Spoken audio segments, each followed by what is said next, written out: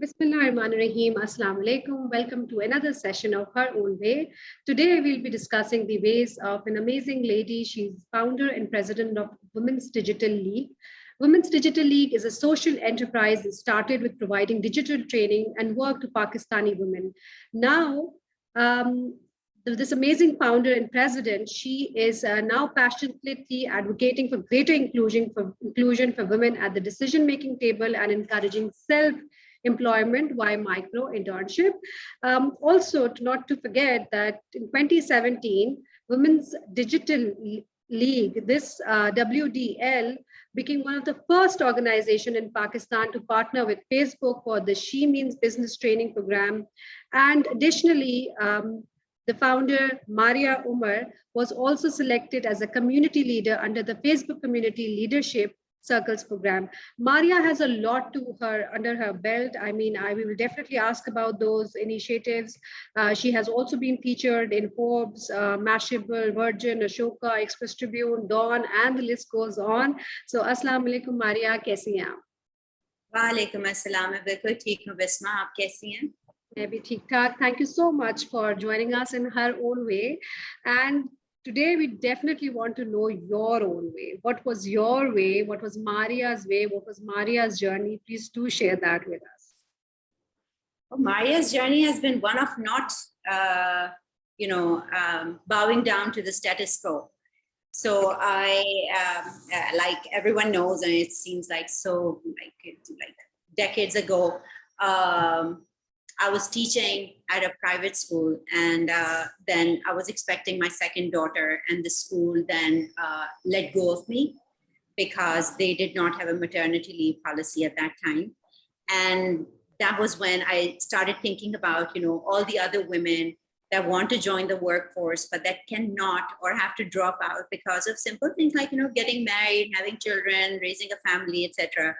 So I started looking around, and I found this was like 2003 or so, 2008-9, when I discovered online work, freelancing through remote digital work. And I started doing that. And before I knew it, I was taking on more work than I could do myself. And I started outsourcing it to other women. And before you know it, I had Women's Digital League. And that's just how it started. During this time, did you realize that you have to train these females also to work digitally? No, not at all. I wasn't thinking of starting a family. I wasn't thinking of starting a company, not a family. Okay, I had already started raising it. And it just kind of happened. Someone just pointed it out to me. She said, you're doing this work, you're giving it out to others, you're earning a commission on it, you're actually running a business. And that's when it struck me. And then as far as training was concerned, no, I wasn't thinking about it. I was privileged enough to actually be very familiar with all the digital tools that were available during those days. And I thought that everyone was just as privileged or just as knowledgeable. So I just started giving out work, but I soon realized that there was a gap. People just did not know. They had the skills, they just did not know how remote work operates. So all the little things that they needed to know, like Dropbox, Basecamp hota tha us time pe hum use karte the काफी ज़्यादा, और इस तरह के जो tools थे, Google Drive आ गया था, and Excel and spreadsheets and PowerPoint presentations, Skype was time. People just did not know how to use those, so we had to teach them, and that's when the training bit started. So, Maria, first of all, you were working in academia and in school, and you were an academician, and it came as a shock to me that in academia, where women and children are very much closely associated, and usually females are hired as teachers because of the caregiving nature and the affection they provide, and they ask you to go because you were you were on motherhood. You were on the path where you were actually giving birth to your own child. So isn't that strange? Didn't it strange to you at that time? Very. It wasn't just strange. It was shocking to think that most of our schools, if you go into any school, primary and secondary level, all the teachers, majority of them are female, And to be told that you cannot work because you're going to have a child of your own, that was just, something I just could never wrap my head around. Like, how does that work? Then what about all these other women that are here? So the moment they decide to get married or raise a family, then there's no place for them in your organization. And most of these schools are women owned, which is even more shocking. And, it was just so distasteful to be told by a female founder of a school who actually also raised her family while she was building her school, her business, was something I never thought I would experience. And that's what compelled me to do something for these women, something that they could do following these cultural barriers, women being caretakers and primary caretakers and not having those opportunities to work flexible hours. Ab to hum bahut privileged hai na, we talk about work from home and all, it has become such a household word, or concept. तो उस वक्त नहीं था, तो इसलिए हाँ मेरे लिए बहुत ही वो गुस्से का टाइम भी था, बहुत गुस्सा भी आया और बहुत अफसोस कि ऐसे कैसे हो सकता है. So did you not raise this up with your founder or your, man, whoever at that time was in charge? Yeah. Actually, I was very young. This was my first exposure to the, workforce or working outside. I had no idea how things, worked in that space. I was just teaching and that's all I was concerned with. So I did not know what to do with these ideas. I felt like maybe there was something I was missing, that perhaps this was such a huge barrier that I just missed it somewhere while I was, working, and I should have been more aware of it, that this is just natural, that this is what you expect to happen. So I didn't know what to do then, but there was a lot of, passive aggressive resentment inside, which led me to, kind of do something positive with it. Yes. This one thing which you mentioned, I think I have been interviewing around, I think you were the 12th lady at this time. And every time when they face a failure, a setback, the first thing they do is point their fingers toward themselves. Okay, we are missing something. Okay, we must be at odds. We are somebody who is this alien person. Why do we have to point our fingers towards ourselves? I'm trying to understand that. And I also do that, but I want to ask you guys, what is it that we do that? Conditioned that way. We have been conditioned that way. If something goes wrong, look inward. What did you do wrong? Did you do something wrong? And that's something I practice in my daily life. If something goes wrong, I always look at myself first. Did I do something wrong? And I'm very hard on myself. Trust me. I'm more kind and forgiving of others, but I'm not so of myself. So first I look inward, and once I'm sure that it wasn't me, then I go out and then I seek justice, and then I raise my voice, and then everyone knows when I raise my voice, things become very difficult for those on the receiving end. Okay, I'm sure that we are really, we are very glad that we found this Maria, and bad luck to this education institution at that time. Maria, please do tell me something about your initiative of Women's Digital League. Do share something about it. How do you guys operate? How do you work? How do you go about? So Women's Digital League, it's a social enterprise, which is not a non-profit, it's a for-profit, but it works on social causes. So our business looks at the problems society faces and tries to find solutions to those challenges, but at the same time, keeping, sustainability at its core.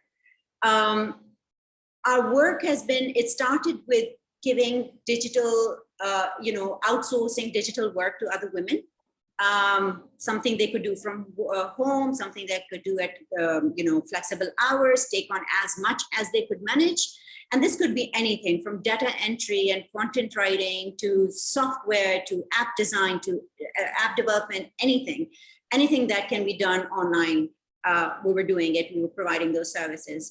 But then it moved on to training, as I mentioned earlier, that in my own privilege or our privilege, we start believing that everyone knows of these tools that we know about, but that's not the case. A lot of times you have to teach them. So we went into trainings, the softer side of the trainings, which was like, okay, how do you make an account on Fiverr? How do you make an account on Upwork? How do you write a cover letter? How do you get payments through Payoneer or Western Union? And then also do you use Dropbox, et cetera, those kind of small things. But then also more scale-based work like social media management, WordPress, basics of it, okay. Things like, and then we also had them interspersed with something that a lot of other organizations miss out on, which is digital security. So saying we are bringing these women online, we're telling them, here, this is how you become empowered. But what if something goes wrong on this path? Because the internet is also becoming a scary place, unfortunately. So teaching them about that with partner organizations like Digital Rights Foundation. So that's what we've been doing. And then entrepreneurship is something that's been very close to my heart. And I think everyone should be doing it. And freelancers also fall into that gray area, like they are perhaps entrepreneurs, perhaps they're not, but kind of making them think entrepreneurially. Don't just focus on your own skill, what you know and how much you can earn. Think about forming a team. Think of forming a tiny micro company and how you can work with that. So that's what WTL has been doing. Yeah, because my next question was about how are you, integrating these females? How are you making that, this is a respectable organization they work with? They're facing, I asked this question with my guest speakers. What is the image of, what do you understand why dignified workplace? What is a dignified workplace for you guys? So I was about to ask you that, Maria, what do you think is a dignified workplace? Somewhere where your work is acknowledged, but then at the same time, you realize your self-worth even more, a greater realization of your own self-worth, and where your where you're given respect and your self-respect is not, taken away from you or, negatively impacted. That's a dignified workplace where you are valued, where your work is valued and you're thought of as someone integral to it. So every person that has worked with us, whether it's on a $5 task or if it's been a longer term project, they have all been very important to us, and we have tried and stayed in touch with them as much as we could. So yeah, that's a dignified workplace. Okay. And Maya, you are leading this Women's Digital League, and you have this female, I don't know how to call warriors or leaguers. I don't know what to say. And, we hear things like, women are difficult to work with. Women bosses are difficult to work with. Females don't gel in much. They like, there's this queen bee syndrome, and, they want to be the one and only, and they don't want to see other women, coming in that place. So what is your experience? What is your experience on this? That's hogwash. Women have been pitted against each other since the beginning of times, whether it's Saas Bahu, whether it's Nan Bhabi, whatever it is, they have always been put at opposite ends to each other. It's not a fight. It's not, they're not working against each other. If anything, I've been really supported by women in my life and that are around me. I've been very fortunate in that sense, from people like Jahanara, Nigat Dad, to, I could name a million others. They've always been very helpful. We don't gel in because our culture, the organizational culture determines whether you feel comfortable gelling in or do you not feel comfortable gelling in. If the culture is such where they unfortunately see you as a woman, not as your colleague, then of course you don't want to. You don't have time for extra, chit chat and, killing time in the coffee room. But yes, if you find colleagues who value you and who respect you, why not? Women are very social. You put women together and they will share everything from their children to their hair fall issues to, bigger problems in the world. If someone feels that way, then they need to look inward at themselves. Maya, you talked about, women chit-chatting, and, one thing which is used against us is also that we are gossipers and we, share information here and there. What is your take on that? Do we do that? Well, I mean, it's just, people having a laugh on WhatsApp groups, sharing these. I have yet to find one of these, bichara Muslim husband whose jokes they keep sharing, this woman who is coming at them. Yeah. I want to meet this man. Even if it is one in the entire world, please, I want to meet this man, and then I want to meet this woman. And I want her to show us all, go on this huge webinar with us and tell us how she does it and how he becomes such a bichara. What did she do? Because I have yet to come across anyone like that. And as far as gossiping is concerned, I mean, I have primarily worked with men because coming from the tech sector, and they do the most leg pulling, the most gossip. तुम्हें पता है फलाने की posting हो रही है, फलाने का काम ले लिया है और उसकी जगह इंक्रीमेंट ले लिया, उसने जल्दी छुट्टी ले ली, फलाने ने गाड़ी ले ली, सोचो कैसे ली होगी.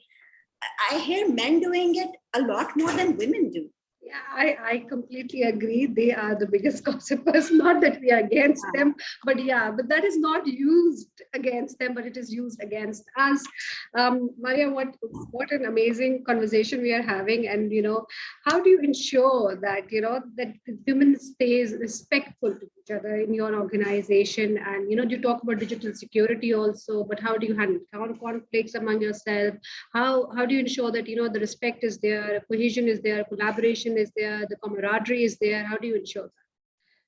I think a lot of time the problems arise, the conflicts arise out of insecurity.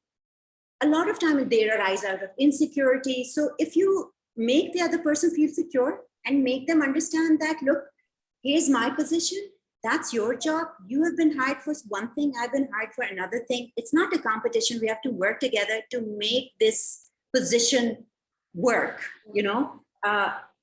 that's when, they start, becoming more secure and calm in, their day-to-day interactions with everyone. It's just that. And a lot of conflict is just based on confusion and misunderstandings. So talking is really important. I know a lot of time they say, no, talking is, women sit and talk and women sit and talk. Yes, we do not draw out swords and start hitting each other. We sit and talk. And somewhere along the way, we find something to bond over, whether it's our children, it's schools, whether it's our husbands, whether it's, our neighbors or TV shows or shoes or Brad Pitt, whatever it is, we find something to bond over, and suddenly everything else just disappears. So that's how we resolve conflict, through just talking, getting to know one another. Nowadays, we hear there's a lot of emphasis on diversity and inclusion. I somehow, because since I'm interviewing females and they have their female setups, female tech, female startups, so I'm wondering that one day we will be talking about the reverse, gender diversity. That you have these female groups. Now let's make it more inclusive for men. Why are you isolating females?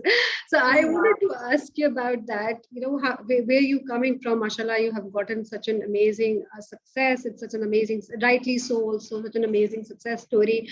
How you working on making females' voices heard, in decision making, especially where they're sitting on the decision making tables. So what is this journey? What is this this experience? Well, why do you feel the need? Yeah, so I always say that my journey is divided into 3 parts of my life. One was being heard myself. Second was being valued, creating safe spaces for women where they can work. And the third was saying, this is not enough. We need to be heard at the right places. We need to be at the policy making tables, because unless those policies are inclusive, unless the tables or the rooms where these things are discussed and decided are inclusive, we cannot, it has to be a trickle down effect. Starting at the bottom, we can scratch the end of the barrel. We cannot do much without the policy and the leadership positions. So it happened when we started raising a bunch of us, just the troublemakers, went online and started pointing out manuals. So, conferences and panel sessions that were just purely male. Even Women Day panel, investor panel on Women Day, that were all male. And we were like, where are the women? And this unfortunately goes from World Bank and United Nations level down to, just the local organizations. Ki bhai, we don't see any women. And then what we would get back is, oh, you're troublemakers. This is because there's no VC in Pakistan who is female, and there's no, top, CFO who is female. And we said, no, you're wrong. It's not about being the top VC. It's not about being the top CFO. It's getting a woman who knows finance. Why isn't she a CFO? Something is blocking her way.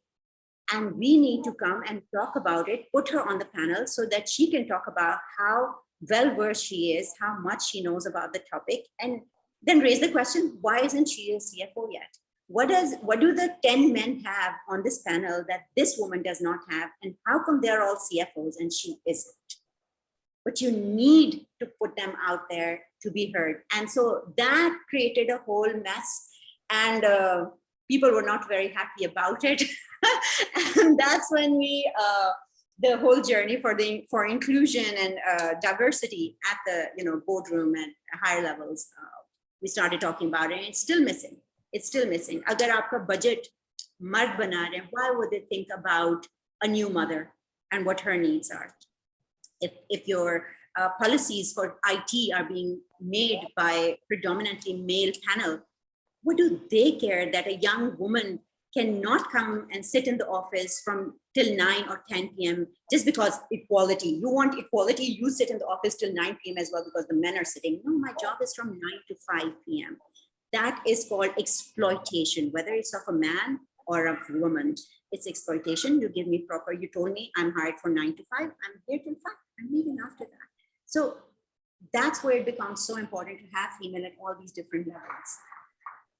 But Maria, what would you suggest to females who today still face discrimination on these grounds that they're becoming mothers, or they have less pay scale, or I don't know, but they face such discriminatory grounds still today, despite organizations are talking about gender diversity, but they are not making organizations very inclusive. They just doing the number game. And how are they doing it?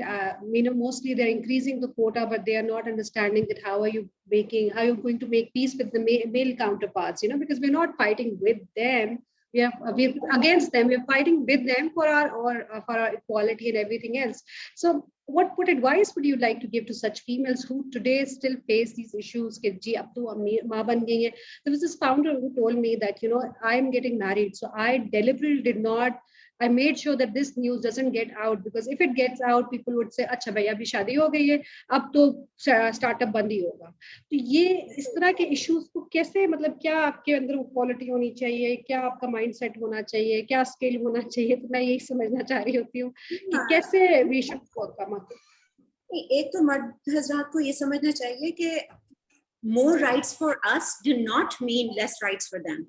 We're not saying give us the rights that the men have, so they have less rights and we have more rights. We're saying give us our rights. We're not saying snatch them away from men. That's what they need to understand. That's where their insecurity stems from, perhaps. We don't want their rights. We just want our own rights. Second thing is,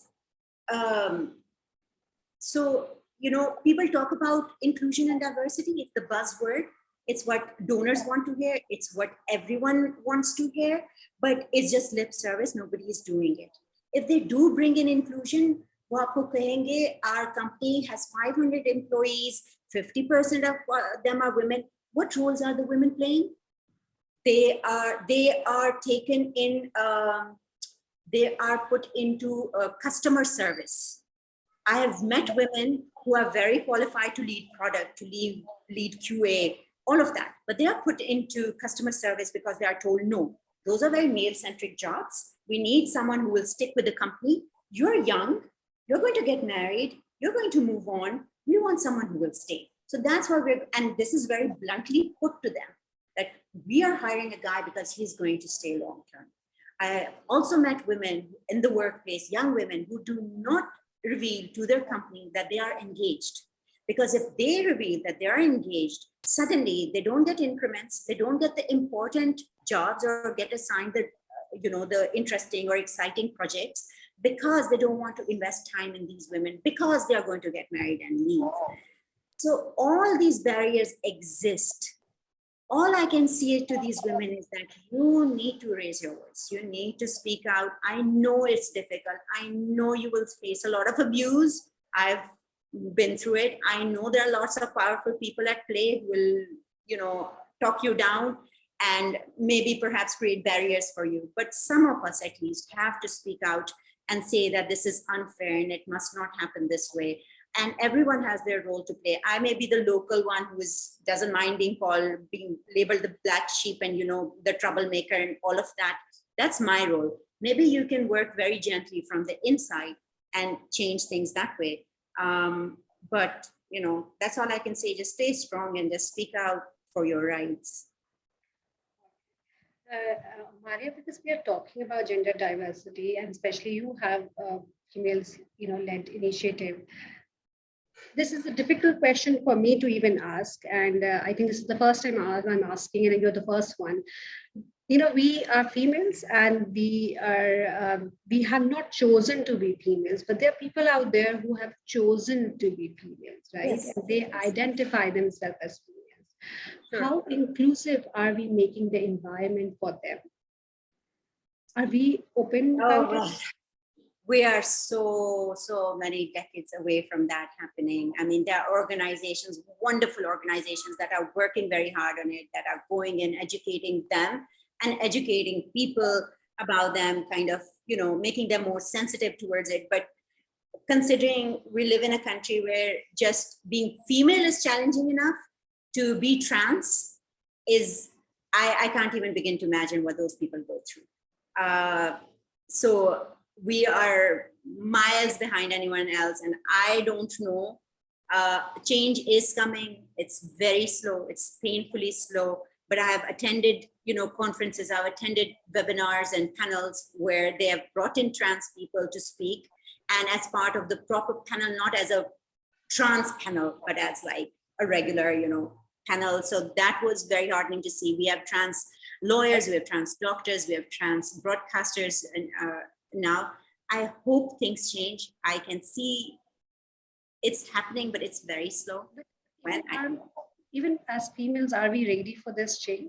I will come to the men part later. Yeah.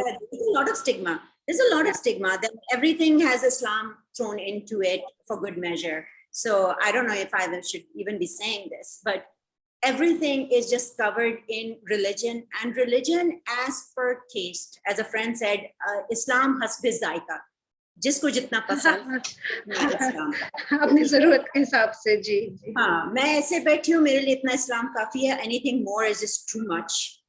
You're sitting like that with your head covered, that's enough for you. Third one will say, no, I shouldn't have a lipstick on either because Islam. Everyone is doing it 𝐒𝐤𝐶𝐫, and everyone is trying to tell everyone else how they are right and they are wrong. I think God created humanity, and he does not make mistakes. Absolutely does not make mistakes. So if someone is identifying as someone else, that is God's will. That's what God has put them through. That's the path God has chosen for them, and the test he has put them to. So let's go beyond that. And everyone has the right to a life. Everyone has the right to a life with dignity, no matter who it is. Some things are better left to God to decide and judge, and and not to us. That's a very beautiful message.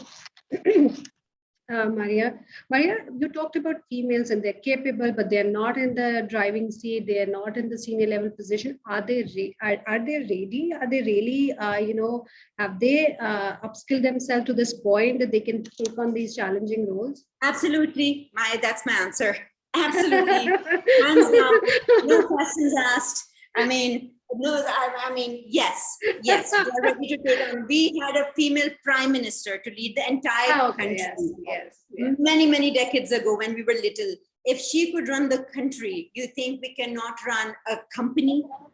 We are absolutely ready for it. Okay, point taken. Okay, Maya, tell me this thing that, do we have enough female mentoring clubs, even enough female mentoring clubs, who guide them, help them out. Because I remember when I was in university and we had this society, there was nobody to tell me how to navigate the way. जो बहुत सारे questions होते हैं, doubts होते हैं. And though we had this female president, but I never knew what to go about, what skills to have, and how to go about this. This is a small example. So, in organizations, do we have that? Or do we need at the organizational level? I don't think so, because even here with the male mentors that you see in TIE and open events and all of those, nobody is trained to be a mentor here. People just come with their own skill set and they are connected to a group of young people and they're told, mentor them.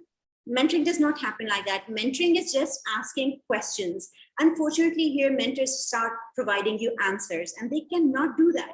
What works for you, my style of work may be completely different than yours. I may still be a success and you still may be a super success.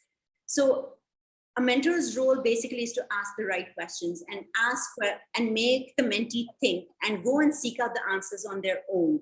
And a mentor's role is to connect them then to the right people who can help them. Their job is not to provide answers. So pehle to we don't have any mentors. Trained mentors kahin par bhi nahi hai. As far as female are concerned, yes, they are more helpful. I mean, when I started, there was no concept of incubation centers and, startup cups and all of that. So my way was, because I had a hunger for it, I had questions I needed answers to. So I would Google them. I would go on LinkedIn, became my best friend. And I would randomly reach out to people and just message them and say, hey, I have this question. Do you know how this is done? Or do you know where I can go and find the answers? And most of the time people were very kind and they would come back to me with an answer or just a push in the right direction. So I mean, that's the way to go about it right now. Other than that, you have all these national incubation centers. Now there's an expansion plan. They're all over the place. You can easily reach out to them and just walk in and tell them that you have some questions and you are curious and you want help. Okay. Yeah. Okay. I think that's the way forward. Okay, Maria, what is empowerment to you? Empowerment? What is empowerment to me? There are a lot of different things, but basically it's being myself without having to fear, Judgments or anything. Yeah. Without irrational fears that men find irrational. Being able to speak out without worrying about softening my words, with being able to send a text without having to end it with a smiley, afraid the other person might take it the wrong way.